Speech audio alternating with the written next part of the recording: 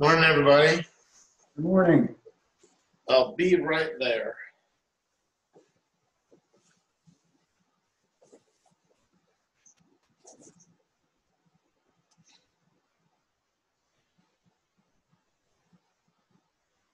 Nasty.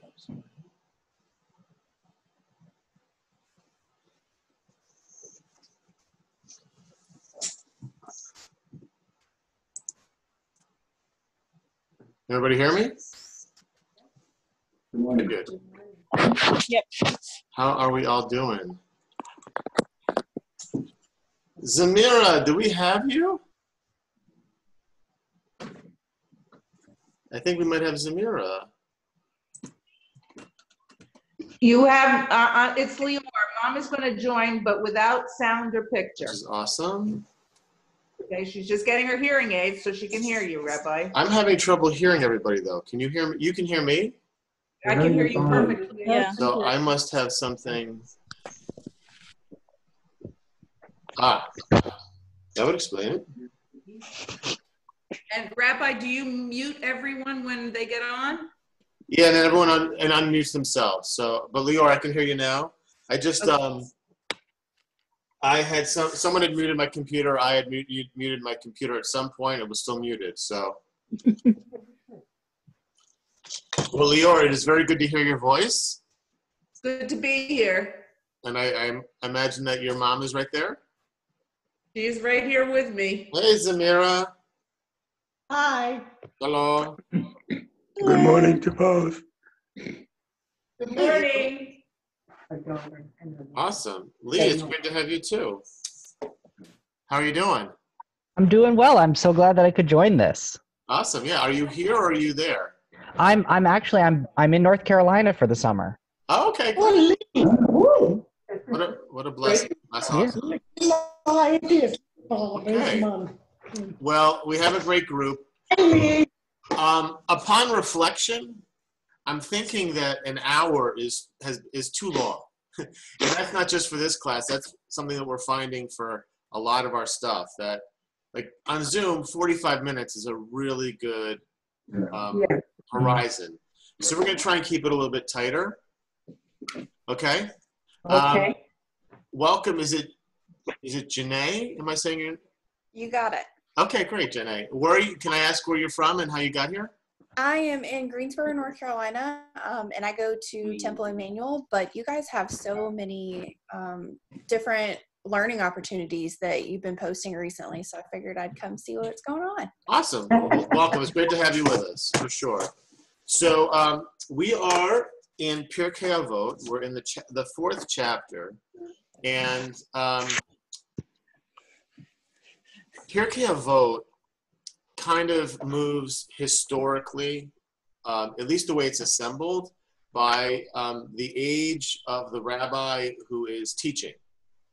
And not age by how old they are, but age as in where they appear in rabbinic literature. Right? So in the first chapter, we have the very earliest rabbis of kind of the rabbinic period, this proto-rabbinic period before the Talmud. And at the end, in chapter 6, which is really actually, when we get to it, we'll discuss, is not originally part of Pirkei Avot. It's an additional teaching that's glommed upon it. But at least through those first 5 chapters, we're moving through time as we get new teachings. Right? So where we are right now in the 4th chapter is with Rabbi Ben-Azai, who taught a very famous teaching last week, which some of us might recognize from song. Is one mitzvah leads to another, and one sin leads to another. That's the kind of the core teaching, which when we are singing goes like this, right? Mitzvah, gereret mitzvah, woo, avira, gereret, avira. Oh, if you remember from youth group days, or at least my youth group days in the 80s. And also it's kind of funny, right? Because as is often the way, the sounds and the additional things that the kids throw in kind of fill space don't fit with the theme of the singing, right? Because they were singing like mitzvah, gereret mitzvah, woo, avira, gereret, avira, oh. Right now, if I put that in English, it's like this: one mitzvah leads to another, oh. One sin leads to another, oh. I mean, maybe I guess you can stretch it to make it seem like it does, but it doesn't. It's just kind of funny how those things play out. So that was Ben-Azai's teaching last week. And this week, he goes in a much more universalistic way, which is towards what is holiness and how do we understand he's not putting into these words, right? But how do we understand our own particularistic way of looking at the world, which is a tradition that we say certain things are sacred, some things are less sacred, some things are things to be completely avoided, right? And I'm not talking here about moral things, although that's also true as well. I'm even just talking about ritually in terms of what we eat and what we don't eat, right? Fabrics that we can use and fabrics that we cannot use, and that kind of thing. So his teaching on one level kind of puts that on its head, or asks us to think, how can we look at these laws and these rules in a way that makes sense without, and maybe this is my postmodern bent on it, how can we look at these instructions and these unique ways of being without devaluing other people and their traditions and their ways? But let's take a look at it. You might disagree with me. And I thought what we do is take a look at what Ben-Azai teaches, and then I thought immediately after seeing it, I thought about the book of Leviticus, which we just completed in our reading of the Torah, right? This past week, which is also known as the Holiness Code, right? This is a book that sets aside certain things for us to do and certain ways to do it that make them sacred, right? And we separate, like the idea of making something holy is to separate it and make it special. So that kind of also is in attention with what Ben-Azai is teaching, or Rabbi Ben-Azai. So let's take a look at this text. I'm going to share my screen.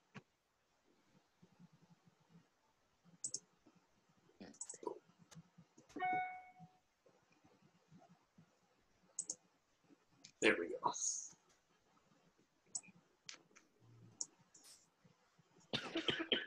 Everyone can see the boxes? Yes. Awesome. Okay, let me just, here we go. See everybody, great. Okay. So, Hu Haya Omer, Ben-Azai used to say, right? So when it begins, Hu Haya Omer, it's an indication that we're just continuing a teaching from the person who taught us the previous Mishnah, right? The previous teaching. Hu Haya Omer, Al tihi vaz l'chol adam. Do not despise any man. V'al tihi maflig l'chol davar. And do not discriminate against anything. She'en lacha adam, she'en lo sha'ah. For there is no person or no man that doesn't have his hour. Ve'en lacha davar, she'en lo makom. And there's no thing that does not have its place.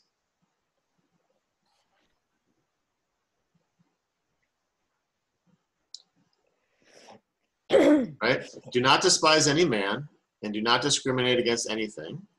For there is no man that has not, that doesn't have, sorry for the kind of archaic translation here. For there is no man that, well, actually, with a double negative, I'd probably go more like this.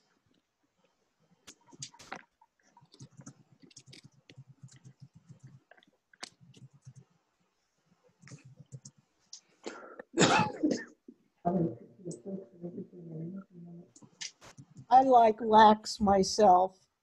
There's no man that lacks his hour.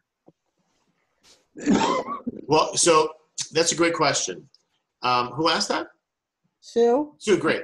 So the Hebrew here, if we look in the Hebrew, each of these phrases is a double negative. She'ein lecha adam, she'ein lo sha'ah.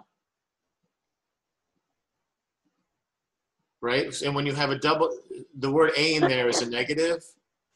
And when we have a double negative in Rabbinic Hebrew, the better way to translate it, as opposed to like, as it was literally translated, that there is not a person that doesn't have their hour, is to put it into the positive, which is what they really intended, right? That every person has their moment and everything has its place. But we could, get into that for a little while if we wanted to. But I'm just going to go with that on kind of the simple way. Okay? Cool.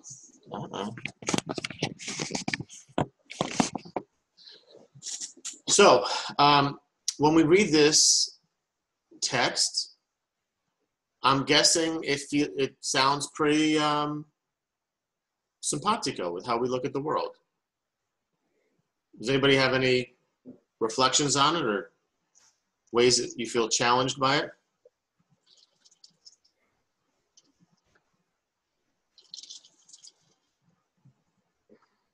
So we would interpret every man has his hour as there is good in everyone.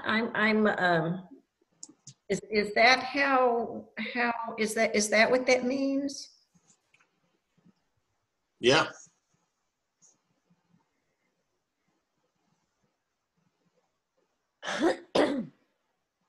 So let's throw out the extremes for the moment, right? I mean, for the moment, let's throw out like a Nazi or, let's throw out the extreme cases where we have people who are committing evil in the world.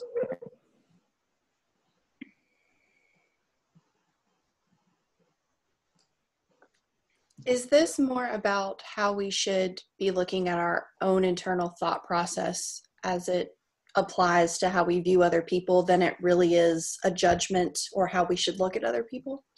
That's a great question, Janae. What would steer you in that direction? I don't know. I guess it's just a feeling. I don't mean that in a challenging way. I'm just asking kind of what do you think brought you there in the text? At the beginning, when he immediately starts talking about our own internal feelings, do not despise any person, and that would be like our own mental perception of this person, or do not discriminate, which is solely in us and has nothing to do with that other human. Yes.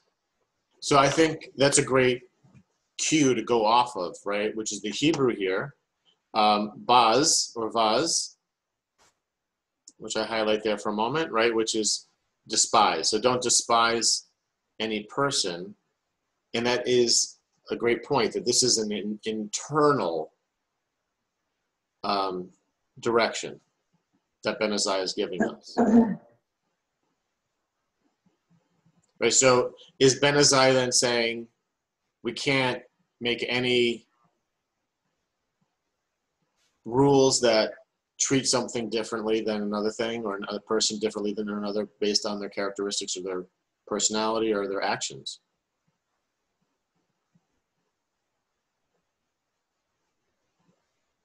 No, I would think you could treat people differently or correct behavior. That's not making a holistic judgment on the whole person necessarily. Yeah, right. So what is he saying to do?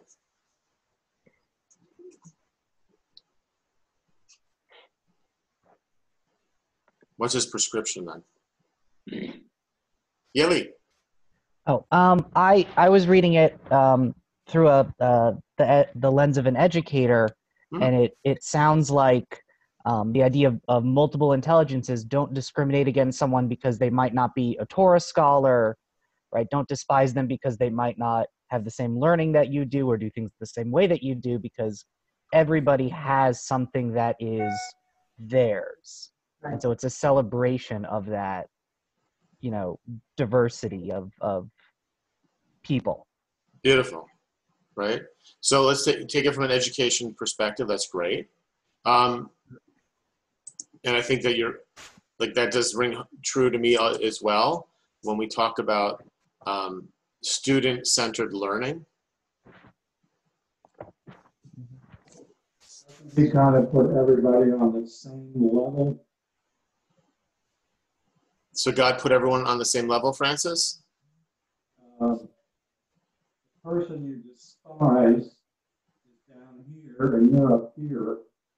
But if you don't despise them, you're all on the same plane. Yeah. Okay, so you're equal in terms of how God sees you and how you see each other. So, Francis, can you get closer to the microphone? Because I don't know if it's just me, but I'm only hearing like half of your words. I said, if you're on the same plane, you're all equal in God's sight, and you're all equal in a community sight. Absolutely. Well, then how do we deal with religious hierarchy? That's a good question. Right? When we look at the Torah, especially the books of Exodus through Deuteronomy, would we put Moses on the same level as everyone else?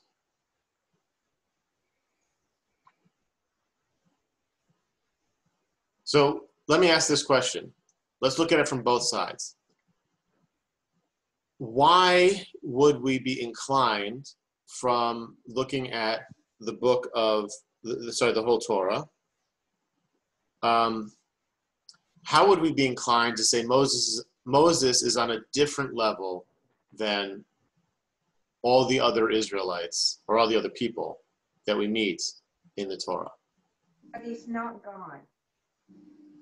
So therefore he's well, Francis, I'm asking you, how is he, we're going to get to something else in a minute, but okay. How is he different? I'm sorry, Margaret. How is he different from all the other people? How might we be inclined to say he's different or special on a unique level? He sees God. So Hillary, he has some experience of God's presence, right? Which specifically, he sees God passing by. Yeah, right. He sees God's presence pass before him somehow. Right. He sees God's presence is tuchus, so to speak, the backside of God. I mean, which is, that's the craziness of trying to explain that, right? What does that mean? I mean, we don't even. It just means he has some experience of God's presence, and we translate that as saying he saw some essence of God's presence, right? Right, and he's the only one, supposedly. Yeah, he kind of saw the comet's trail,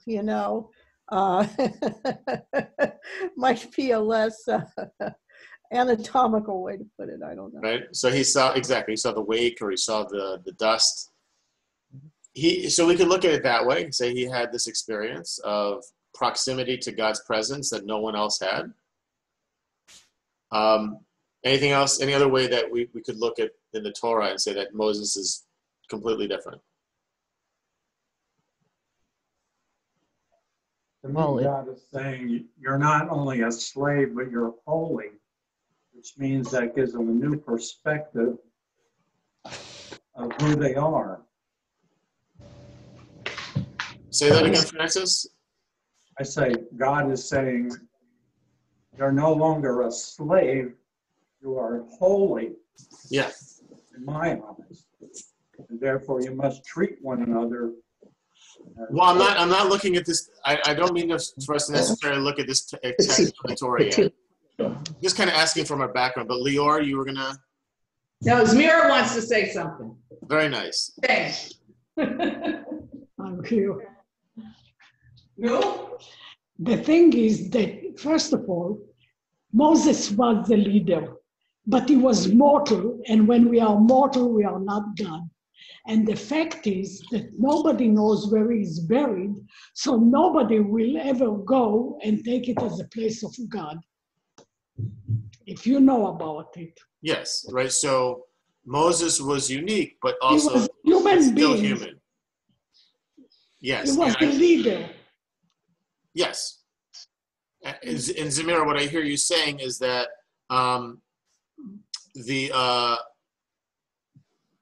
the way the Torah hides his grave, so that we don't make it into a place of something special or unique, and don't treat it as a place of God or something like that, is right. An additional lesson that Moses is, well, special, just like all of us.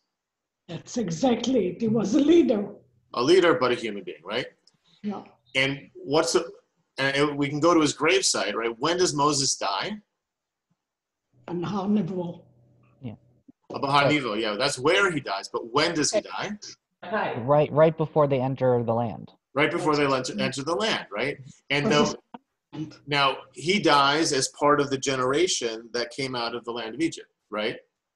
Except for Yehoshua and Caleb, everyone else has to die in the wilderness.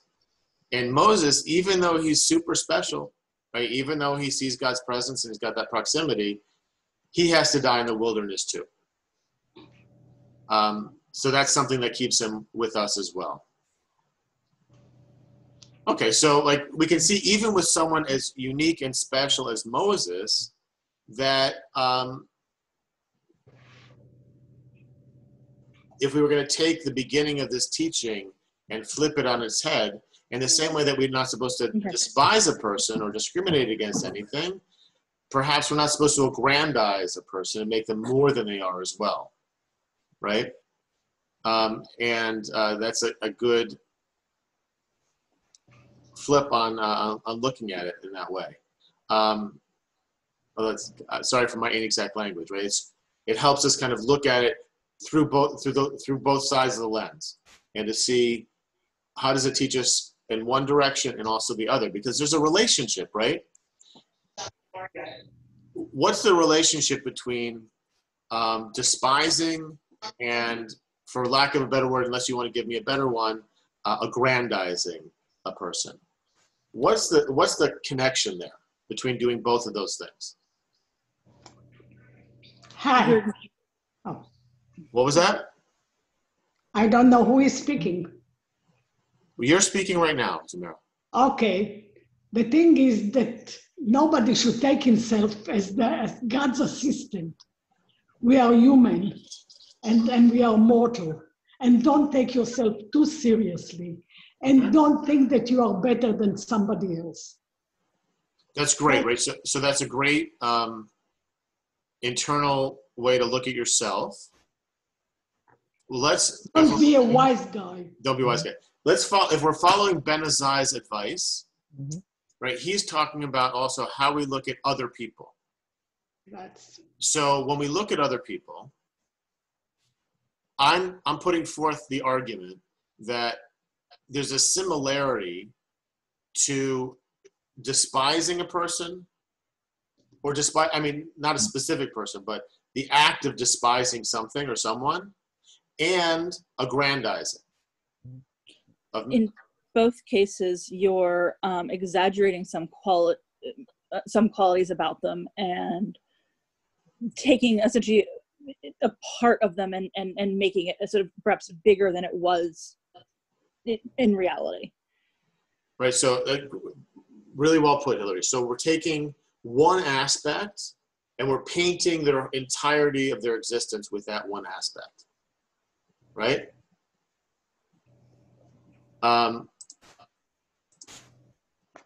May I say something? Okay. The thing is that don't despise. I don't like the word despise. It means don't belittle somebody. Don't laugh at somebody. Don't mockery somebody, but not belittle. Okay. This is much better. You think? I'm gonna just check. I think so. Let me check.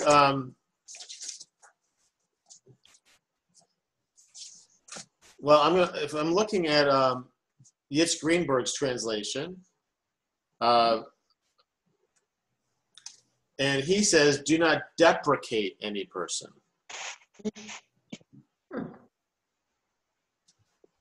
Put down, right? So, okay. So there's some variety meaning. And Lee put in a nice comment here, right? That in both cases, we are objectifying the person, right? We're making them into an object, or I guess we're kind of going from an I-thou relationship to an I-it relationship, because we're saying, I'm not relating to you as a complex and a complex being, but instead I'm looking at you only as this, right? Hello, great, we have a Torah scholar with us. Can you say hi, Miriam? Hi, Miriam. Hi. What a beautiful face. Okay. Mommy goes. Yeah, you're gonna learn Mishnah with us, Miriam? That's awesome. Okay, so when we look here in the book of Vayikra, here this is from a very famous sentence, right? From or sentence in the following sentences from Parshat Kedoshim, or holiness, right? Which begins Kedoshim Tihiyu Ki Kadosh Ani Adonai Elohechem, right? You shall be holy, for I, the Lord your God, am holy.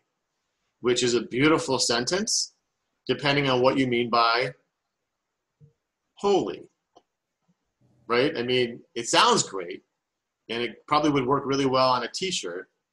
However, really, it's one of those cases where people come to read this sentence, and everyone might understand that word holy from a different perspective, or to mean something entirely different, even perhaps some things that seem in opposition to one another, right? So let's take a look. Lee, would you read that for us in English? The whole paragraph? Yeah, the whole paragraph. Okay. The Lord spoke to Moses, saying, "Speak to the whole Israelite community and say to them, you shall be holy, for I, the Lord your God, am holy. You shall each revere his mother and his father, and keep my Sabbaths. I, the Lord, am your God. Do not turn to idols or make molten gods for yourselves. I, the Lord, am your God." Okay. Yeah. Sorry about the translation. I didn't have time to neaten it up in terms of gender and correct it for gender and everything. Okay. So does holiness here, when we read about it in the book of Vayikra, does it seem to be a separation from other things? Or is something else going on? Carla? I don't think it means to separate, but it may mean to be different, but I don't think that you have to be separate to be different. Okay. So then what do you have to be? May I say something? Please, Leon. Please, Zamira. Okay. To dedicate, lekadesh in Hebrew means, it's to dedicate. It's not holy. So when you say, we are dedicated, And, you know, we have to be dedicated to God. We have to be dedicated for whatever it is. It doesn't mean holy. In modern Hebrew. In modern Hebrew, yeah, right. It has that valence of meaning in modern Hebrew's dedication, which also you can see here. But when it talks about God in the Torah, we use that word holy. Right. Let me put it this way. I've never seen a translation, or even in the Siddur, in the prayer book, where in the Kedusha, we say Kadosh, Kadosh, Kadosh, right? I've never seen that translated as dedicated, dedicated, dedicated. I mean, no. It's always holy, holy, holy. Yeah, but you dedicate, you know, we are dedicated to Him. To God, yes. Yeah. Absolutely. I think that, I'm not saying that you're out in left field, Zamira. I don't think you're way off. I think that's a level of it. However, when we talk here about God as well, like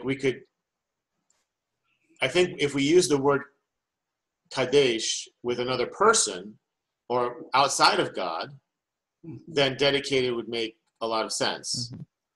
But, for example, when we have a couple that wants to get married, the ceremony is referred to as Kiddushin, right? Which says the same shoresh, the same Hebrew root. And that is about, I think there it is, while it is sacred, it's holy, it is about the dedication of one person to another, right? That's what happens under the chuppah. So I think that has a lot of what you're saying, Zamira, makes a lot of sense. However, I would make the argument here, or I would maybe make the argument or ask the question, if when we're talking about God in this element here, does the word Kadesh have a slightly different meaning? I don't think it has a different meaning, but it doesn't put us on the same level. The thing is that we are supposed to be dedicated to Him, and He's supposed to be dedicated to us. That's the simple, this is how I see it now. Yeah. The free world. I'm wondering if I can stick my neck out here. Please do so. I would love to know what this means, but as I follow the line of questioning, hopefully in the right Socratic nudge, I'm wondering if this is means you shall be perfect and complete in this practice. That is, you will always and forever revere your mother and your father and keep the Sabbaths and not make idols. Because even, you know, in a different ethical structure, Immanuel Kant talked about perfect duties, duties that had to be done just as indicated without exceptions. This is not going to have exceptions. This is something that has to be fulfilled diligently, which kind of brings dedicated and holy closer together. I don't know. Well, yeah, please, Lee, come on in. Oh, so can I kind of dovetail off of Zamira, because I think that part of this is English and Hebrew are different languages. And so in the Hebrew, because of the root, you cannot fully separate that term from the idea of dedication or sanctification, setting aside, sacredness. Whereas in English, we have lots and lots of different terms for those things that are kind of disparate from each other. Yeah. So even if you're not fully invoking, one, you can never really get away from that idea. And, I do, like to read it as sanctified, sacred, set aside, that it's, not your, secular, mundane, everyday, that there's a specialness about it. right? Because Hebrew is it's a very contextual language. And when we look at a particular word, its context is going to tell us a lot about what it means. And often, one of the beauties is that we have Hebrew roots that can have kind of a variety of meanings that are related to each other, but it's the context that tells you which of those meanings is being really used.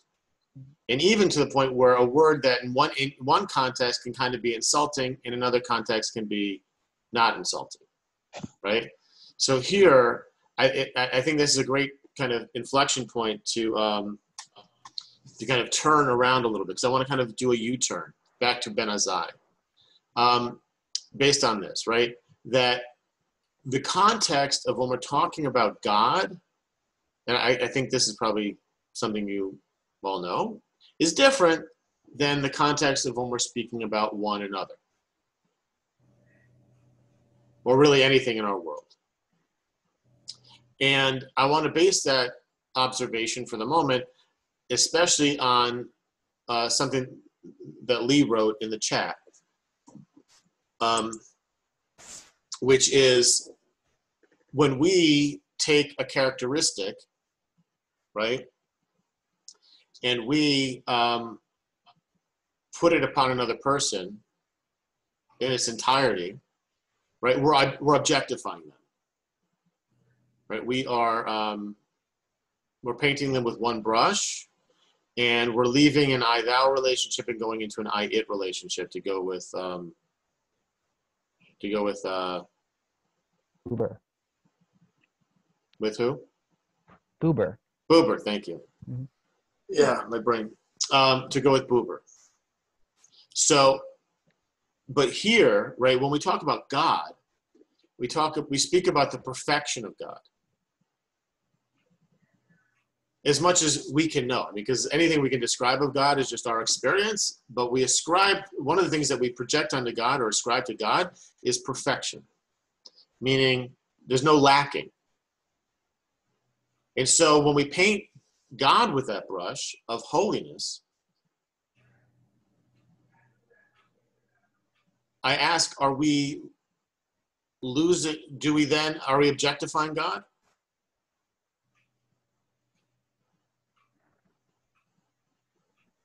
Or not, right? Because when we say everything God does is holy, God is sacred, everything about God is holy, in a way that we would never make that statement about a human being. And I think that that's part of the lesson here, right? Which is that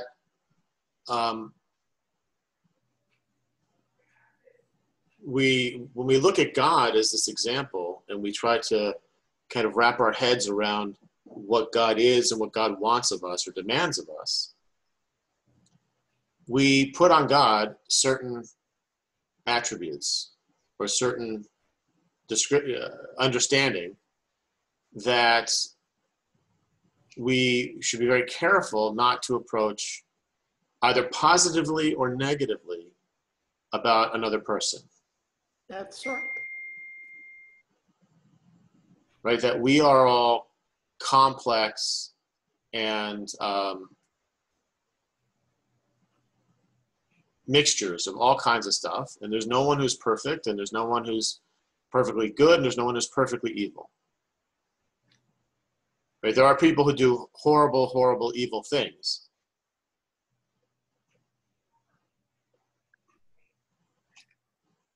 Can I say something? Just seconds, Amira. But even people who do horrible, evil things oftentimes have positive or good elements as well.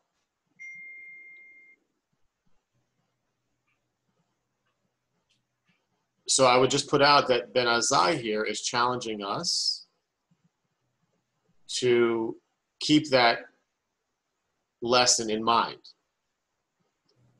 that we're always supposed to look at each other and understand our commonality being creations of God, but not to paint each other with the same brush in one direction or the other that we would paint God with. I remember hearing once that our brain is kind of programmed to categorize things so that it helps us with memory. But I think maybe I know I have a tendency to categorize people, and I don't think people should be categorized. Yeah, so instinctively, we have it, our brains are structured in a way that categorizes things as safe or unsafe, for example. Right? Good or bad.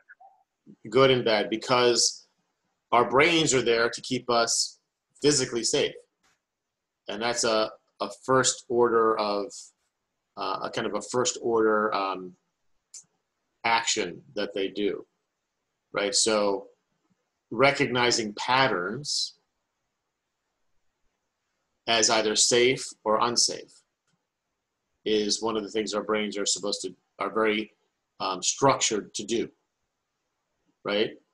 This animal, safe. This animal, dangerous. And it seems like myself and probably most people, it seems like once we've put somebody into a particular category, it seems like after that, no matter what they do, they still stay in that particular category. It's very hard to get them out, isn't it? And I'm going to compare that because there's actually a lot of similarities between our moral judgment and our physical distaste for something, which is what we use that language, right? For someone who we find morally abhorrent, we call them disgusting, right? Whereas disgust is really something that's a physical feeling based on an experience, a physical experience. And it's, especially with disgust, it's hard to lose that feeling. And you might have had this experience, but for me, I remember, I think it was 9 or 10 years old, and I had the flu and threw up. Now, the last thing I ate before I got sick and threw up were oatmeal raisin cookies. I swear I did not eat an oatmeal raisin cookie for 10 or 15 years. Right? Even the smell. So, right, that feeling, even though there's nothing about the cookie, it wasn't even the cookie that made me sick. I had the flu, right? But those feelings are so powerful that they can really overwhelm our more subtle moral judgments and how we try to look at each other and look at the world, right? And so I think that's kind of where I see the brilliance here of Ben Azai, even though it's a very simple statement, right? It's a very simple idea here that we see in a lot of other wisdom literature. And we see it in Kohelet, right? And in Ecclesiastes, right? There's a time for everything, and for everything a purpose under the heavens, right? But it's much more like, it's not Ben Azai here is not making a judgment about all the things in the universe, but giving us helping us understand the lens that we should look at the world through. Right? That we should be very careful not to make these huge judgments, or to paint with a big brush of judgment, because everything has its purpose and there's subtlety in the world. Does that what do you think?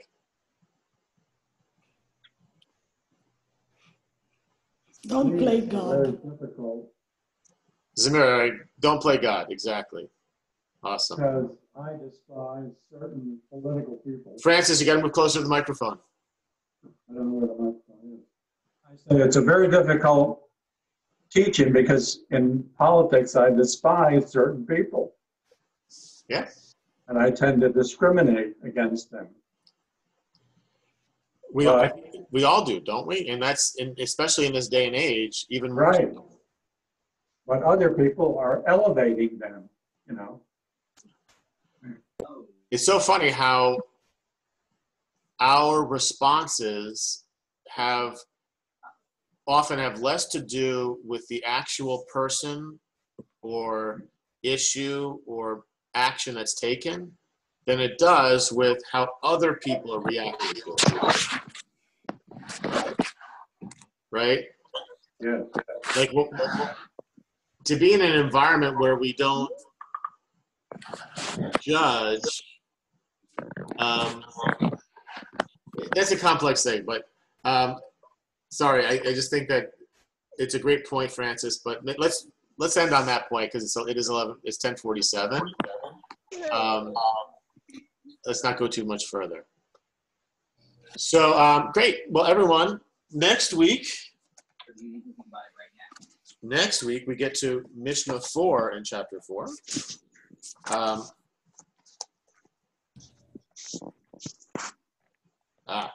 Where we get it'll be interesting. I'll have to bring some outside texts as well because it's a very short teaching.